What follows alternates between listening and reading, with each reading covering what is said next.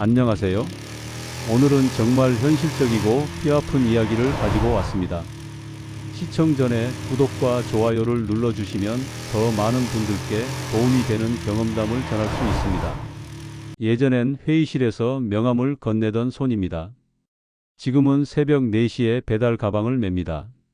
의정부 월세 원룸 6층, 엘리베이터도 없는 이곳에서 계단을 내려가며 무릎이 욱신거립니다. 한 계단 한 계단 내려갈 때마다 관절에서 소리가 납니다. 매일 밤 먹는 진통제가 이제는 잘 듣지도 않습니다. 현관문을 나서면 골목에 세워둔 이륜 오토바이가 보입니다. 12년 된 중고입니다. 헬멧을 쓰고 시동을 걸며 핸드폰 화면을 확인합니다. 배달 한 건에 4,000원. 아침까지 15건은 해야 오늘 생활비가 나옵니다. 손가락이 시려서 장갑을 낀 채로 화면을 터치합니다. 출발하기 전 지갑을 열어봅니다. 그 안에 과거에 받았던 명함 한 장이 구겨진 채 들어 있습니다. 영업이사라는 직함이 적힌 그 종이를 볼 때마다 가슴이 무너집니다. 버려야 하는데 버리지 못하고 있습니다. 65살 남자가 새벽 배달을 나가는 이유를 누가 물으면 뭐라고 대답해야 할지 모르겠습니다. 이제 어디서부터 잘못됐는지 말해보려 합니다. 제 이름은 박성호입니다. 올해 65살이고 경기도 의정부에서 아내와 단둘이 살고 있습니다. 저는 국내 중견식품 유통기업에서 28년간 근무한 영업사원이었습니다. 29살에 입사해서 사원으로 시작했고 대리, 과장, 차장을 거쳐 마지막엔 영업이사까지 올라갔습니다. 전국에 있는 가맹점주들을 관리하는 게 제 일이었습니다. 매일 아침 7시에 출근했고 저녁 9시가 넘어서야 퇴근했습니다. 주말에도 거래처 미팅이 있었고 지방 출장도 잦았습니다. 1년에 200일은 전국을 돌아다녔습니다. 힘들었지만 불만은 없었습니다. 가족을 먹여 살릴 수 있었고 두 딸도 대학까지 보냈으니까요. 큰딸은 졸업 후 결혼해서 아이를 낳았고 작은 딸도 직장에 다니며 안정적으로 살고 있었습니다. 아내는 전업주부로 집안 살림을 꾸려왔습니다. 저희는 수원시 영통구에 있는 25평 아파트에서 전세로 살았습니다. 전세금은 1억 8천만 원이었고 매달 생활비는 200만 원 정도면 충분했습니다. 저축도 꾸준히 했습니다. 급여에서 매달 100만 원씩 떼어서 적금을 들었고 보너스는 따로 모았습니다. 28년간 한 번도 빚을 진 적이 없었고 신용카드 연체도 해본 적 없었습니다. 성실하게만 살면 문제 없다고 믿었습니다. 그땐 몰랐습니다. 성실함만으로는 안 된다는 걸요. 2021년 상반기 회사에서 명예퇴직 프로그램이 나왔습니다. 50대 후반 직원들에게 희망퇴직을 권유하는 것이었습니다. 저는 58살이었고 정년까지 7년이 남았지만 솔직히 체력적으로 한계를 느끼고 있었습니다. 전국을 돌아다니며 영업하는 게 예전 같지 않았고 후배들과 경쟁하는 것도 버거웠습니다. 무엇보다 명예퇴직 조건이 괜찮았습니다. 법정 퇴직금의 위로금과 특별 보너스를 합치면 3억 원이 나왔습니다. 한 달에 500만 원씩 받던 월급을 생각하면 3억 원은 큰 돈이었습니다. 아내와 상의했습니다. 아내는 처음엔 반대했습니다. 정년까지 7년 더 다니면 4억 원은 더 받을 수 있는데 왜 지금 그만두냐고 했습니다. 하지만 제가 설득했습니다. 3억 원으로 뭔가 투자하면 월급보다 더 많이 벌 수 있다고 했습니다. 건강도 챙기고 여유 있게 살 수 있다고 말했습니다. 결국 아내도 동의했고 저는 2021년 6월 말 회사를 떠났습니다. 퇴직 후 한 달간 쉬면서 앞으로 어떻게 살지 고민했습니다. 3억 원을 은행 예금에 넣으면 당시 금리가 1% 정도라서 연 300만 원 이자가 나왔습니다. 턱없이 부족했습니다. 주식은 위험했고 부동산은 자금이 너무 많이 들었습니다. 28년 식품 유통업에서 일하면서 배운 게 있었습니다. 프랜차이즈 사업만이 답이라는 것이었습니다. 시스템이 있고 본사 지원이 있으니까 안전하다고 생각했습니다. 8월 초 우연히 회사 동료한테서 연락이 왔습니다. 유명 치킨 프랜차이즈 본사에서 설명회를 한다는 겁니다. 그 동료는 1년 전에 퇴직해서 치킨 가맹점을 운영하고 있었습니다. 장사가 잘 된다며 저도 한번 와보라고 했습니다. 9월 중순 서울 강남에 있는 본사 세미나실에서 설명회가 열렸습니다. 참석자는 50명 정도였고 대부분 50대 퇴직자들이었습니다.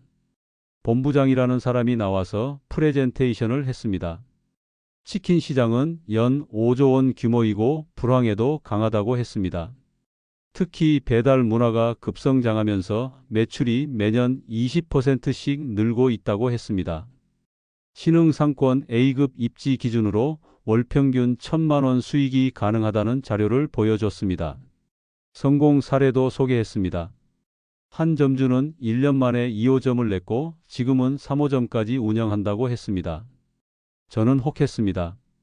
28년 식품 유통 경험이 있으니까 남들보다 유리하다고 생각했습니다.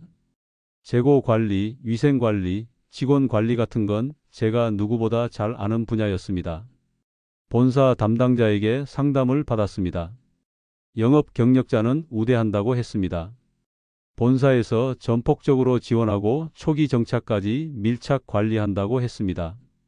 고민 끝에 결정했습니다. 한 곳만 하기엔 리스크가 있다고 판단했습니다. 두 곳을 동시에 오픈하면 분산 투자 효과도 있고 시너지도 날 거라고 생각했습니다. 각 매장에 1억 5천만 원씩 투자하기로 했습니다. 권리금, 인테리어, 초기 운영 자금까지 합치면 딱 맞았습니다. 2022년 2월 계약을 진행했습니다. 경기도 화성 동탄 신도시와 평택 고덕 신도시에 각각 한 곳씩 매장을 열기로 했습니다. 둘 다 신흥상권이었고 젊은 인구가 많았으며 아파트 단지가 밀집한 곳이었습니다. 3월 말과 4월 초에 각각 개업했습니다. 간판에 제 상호가 붙었고 직원 5명을 고용했습니다. 저는 건물주가 된 기분이었습니다. 개업 첫 달은 순조로웠습니다. 동탄 매장은 하루 평균 120마리가 팔렸고 고덕 매장은 100마리 정도 나갔습니다. 본사 예측과 비슷했습니다. 오픈 이벤트 효과도 있었고 주말에는 대기 손님도 있었습니다. 저는 안심했습니다. 하지만 이 달째부터 매출이 조금씩 떨어지기 시작했습니다. 동탄 매장은 하루 100마리, 고덕 매장은 80마리로 줄었습니다. 본사에 문의했더니 계절적 요인이라며 7월부터 다시 오른다고 했습니다.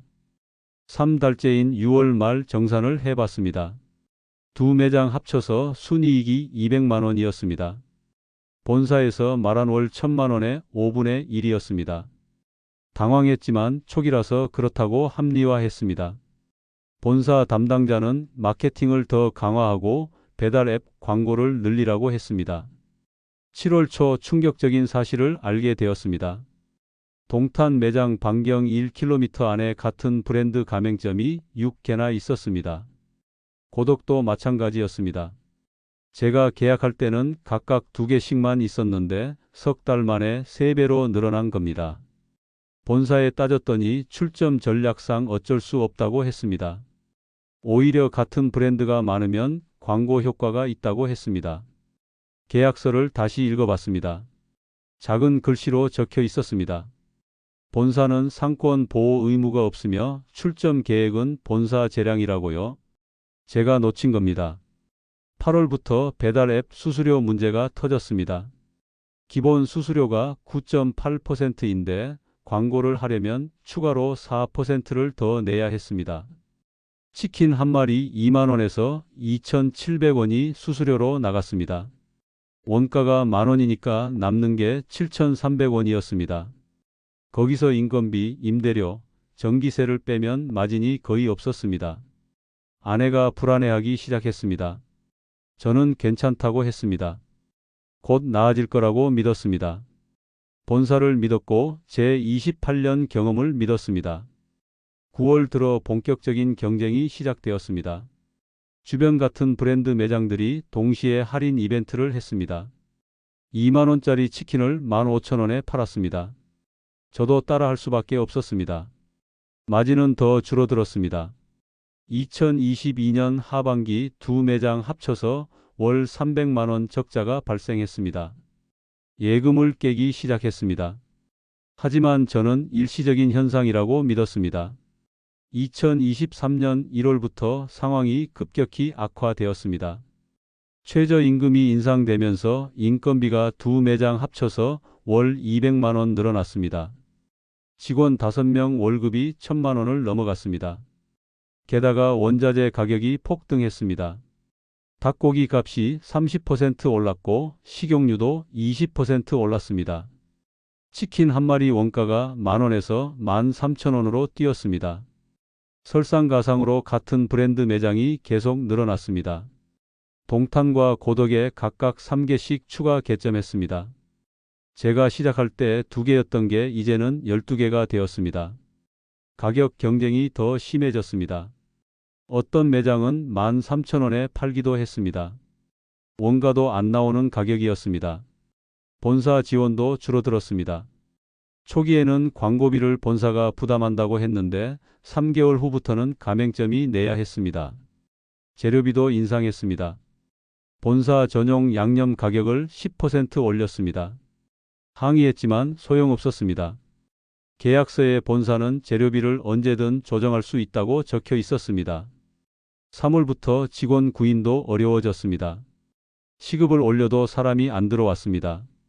젊은 사람들은 배달 라이더를 하거나 편의점 알바를 선호했습니다. 치킨집은 기름 냄새나고 힘들다며 기피했습니다. 결국 저와 아내가 직접 매장에 투입되었습니다. 아침 10시부터 밤 12시까지 하루 14시간씩 일했습니다. 두 매장을 번갈아 가며 뛰었습니다. 6월쯤 되니까 한계가 왔습니다. 아내가 허리 통증을 호소했고 저는 무릎이 망가졌습니다. 두 매장을 동시에 운영하는 건 불가능하다고 판단했습니다. 한 곳은 정리하기로 했습니다. 고덕 매장을 먼저 정리하려고 중개업자를 통해 권리금 매물을 냈습니다. 하지만 아무도 관심을 보이지 않았습니다. 권리금을 제로로 낮춰도 안 팔렸습니다. 결국 7월 말 고덕 매장 임대차 계약을 해지했습니다. 그런데 건물주가 원상복구를 요구했습니다. 인테리어를 다 뜯어내고 원래대로 돌려놓으라는 겁니다. 비용이 2천만 원 나왔습니다. 예금에서 뺐습니다. 남은 동탄 매장도 상황은 비슷했습니다. 2023년 하반기 월 500만 원씩 적자가 났습니다. 예금이 빠르게 줄어들었습니다. 2023년 5월 두 매장 모두 월 700만 원 적자가 지속되었습니다. 예금이 바닥났고 카드 현금 서비스로 임대료를 냈습니다. 그러던 어느 날 아내가 매장에서 쓰러졌습니다. 과로와 스트레스였습니다. 응급실에 실려갔고 병원비가 300만 원 나왔습니다.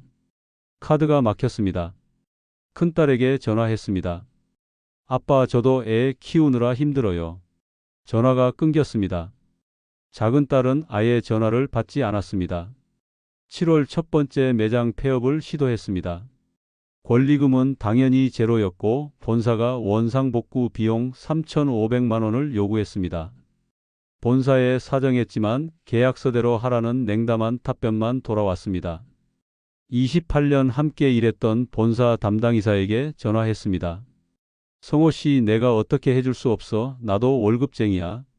과거 제 부하 직원이었던 사람의 목소리가 차가웠습니다. 급전을 구하려고 20년 인맥에 전화를 돌렸습니다. 박 이사님, 요즘 저희도 어려워서요. 일주일 만에 모두 연락이 두절되었습니다. 9월 두 번째 매장도 폐업했습니다. 대출을 받아 원상복구 비용을 마련했습니다. 6천만 원 추가 대출이었습니다. 총 부채가 1억 2천만 원이 되었습니다. 밀린 직원 급여 독촉 문자가 하루 50통씩 왔습니다. 한 직원이 노동청에 신고했습니다. 과거 동료들 단체 대화방에 소문이 퍼졌습니다. 박성호 이사 프랜차이즈 망해서 직원 월급도 못 준대. 28년 쌓은 명성이 일주일 만에 무너졌습니다. 수원 아파트 전세를 급하게 뺐습니다. 전세금 2억 원으로 빚 일부를 갚았습니다. 남은 빚이 2천만 원이었습니다. 갈 곳이 없어 큰딸네 집에서 한 달을 지냈습니다. 사위의 차가운 눈빛과 손녀가 할아버지 냄새 난다며 투정하는 소리를 들어야 했습니다. 아내는 매일 밤 화장실에서 울었습니다. 11월 어느 새벽 한강 다리 위에 섰습니다. 난간에 손을 얹고 30분간 서 있었습니다. 아내 전화벨 소리에 정신을 차렸습니다. 집으로 돌아와 28년간 모은 명함 300장을 쓰레기통에 버렸습니다. 영업이사 시절 받은 공로패를 망치로 깼습니다. 거울 속 60살 남자가 낯설었습니다. 결국 의정부 반지하 월세로 이사했습니다. 보증금 500만 원에 월세 40만 원이었습니다. 남은 현금은 300만 원뿐이었습니다. 이사 당일 딸들은 오지 않았습니다. 지금 저는 경기도 의정부 반지하 월세 방에서 살고 있습니다. 보증금 500만 원에 월세 40만 원입니다. 창문으로 사람들 발밑만 보이는 곳입니다. 매일 새벽 4시에 일어나 배달 아르바이트를 나갑니다. 배달 한 건에 4천 원입니다. 하루 15건을 하면 6만 원이 됩니다. 한 달이면 180만 원 정도 법니다.